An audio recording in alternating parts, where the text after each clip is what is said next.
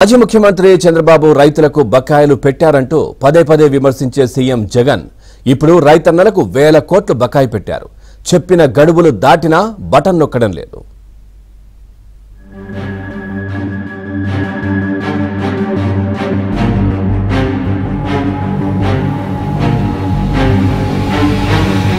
రైతులకు 3 విడతల పంట రుణాలపై 0 వడ్డీ రాయితీ, 2 సీజన్ల పంటల బీమా పరిహారం, ఈ ఏడాది కరువు, మిచౌంగ్ తుఫాన్ నష్టానికి ఇన్పుట్ సబ్సిడీ ఇవ్వాల్సి ఉంది. డిసెంబర్ నెల కూడా ముగుస్తున్నా పట్టించుకోవడం లేదు. వీటితో పాటు జనవరిలో రైతు భరోసా 3వ విడత కూడా చెల్లించాల్సి ఉంది. అన్నిటికీ కలిపి రైతులకు వేల కోట్లు విడుదల చేయాల్సి ఉంది. అయితే ఆ మొత్తం ఎంత అన్నది అధికారులు నిర్దిష్టంగా చెప్పడం లేదు. రైతన్నకు ఎంత చేసినా తక్కువే. 3.5 ఏళ్లుగా ప్రతి అడుగులోనూ అన్నదాతలకు తోడుగా నిలిచి మేలు చేస్తున్నాం, క్రమం తప్పకుండా 0 వడ్డీ రాయితీ ఇస్తున్నామని 2022 నవంబర్ 28న 0 వడ్డీ పంట రుణాలకు వడ్డీ రాయితీ చెల్లింపులకు బటన్ నొక్కుతూ జగన్ అన్నారు.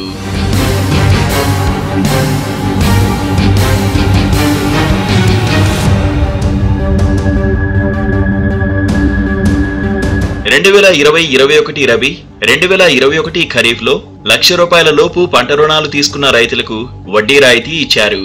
అంటే 2021-22 రబీ, 2022 ఖరీఫ్, 2022-23 రబీ సీజన్లకు సంబంధించి రైతులకు వడ్డీ రాయితీ ఎంతవరకు ఇవ్వలేదు. 2023 నవంబర్లోనే పంట రుణాలపై వడ్డీ రాయితీ ఇస్తామని సంక్షేమ క్యాలెండర్లో ప్రభుత్వం ప్రకటించింది. లక్షలాది రూపాయల ప్రజాధనం ఖర్చుపెట్టి మరీ ప్రకటనలు జారీ చేసిన ప్రభుత్వం డిసెంబర్ నెల ముగిసినా రైతులకు పైసా కూడా ఇవ్వలేదు. 3 విడతలకు దాదాపు 30 లక్షల మందికి 200 కోట్లు ఇవ్వాల్సి ఉందని అంచనా. 1,00,000 లోపు పంట రుణాలకు గతంలో రైతులు వడ్డీ కట్టే అవసరం ఉండేది కాదు. అయితే జగన్ సర్కార్ వచ్చాక వడ్డీతో సహా సరిగ్గా ఏడాదిలోపు చెల్లించాలని షరతు పెట్టింది. అసలు వడ్డీ చెల్లించి ఏడాది గడిచినా వడ్డీ రాయితీ సొమ్ము రైతులకు తిరిగి చెల్లించలేదు.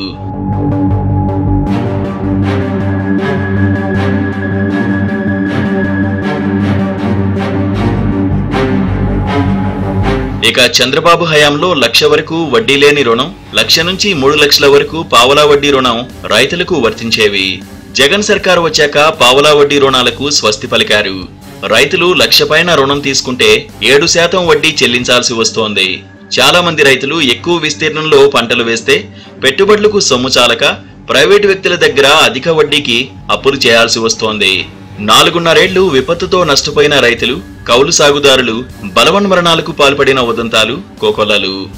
చంద్రబాబు ప్రభుత్వంలో విపత్తులకు పంట నష్టం జరిగితే ప్రతిపక్షంలో ఉన్న జగన్ రైతుకు సాయం చేయడానికి ఎన్యూమరేషన్ ఎందుకని ప్రశ్నించారు.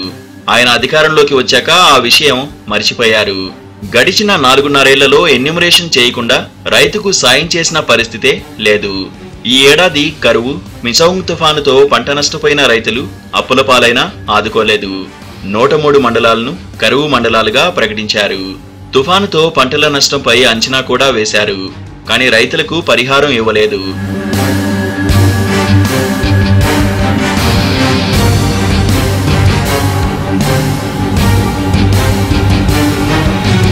తుఫాన్ నష్టానికి కేంద్రం ఇప్పటికే మంజూరు చేసిన 493 కోట్లను కూడా రైతులకు పంచలేదు. తుఫాను వల్ల 4.50 లక్షల ఎకరాల్లో పంట నష్టం జరిగినట్లు వ్యవసాయ శాఖ ప్రాథమికంగా అంచనా వేసింది. కానీ పంటల నష్టం 6 లక్షల ఎకరాల పైచిలకు ఉందని రైతులు అంటున్నారు. 2022-23 రబీ సీజన్ కు సంబంధించి పంట బీమా పరిహారం లక్షలాది రైతులకు అందాల్సి ఉంది. అక్టోబర్లోనే ఇస్తామని చెప్పినా ఇంకా ఇవ్వలేదు. అంతకుముందు రబీ సీజన్ల పంటల బీమాకు ప్రభుత్వం ఎగనామం పెట్టింది. 2023 ఖరీఫ్ పంటల బీమా పరిహారం ఎప్పుడిస్తారో తెలియని పరిస్థితి.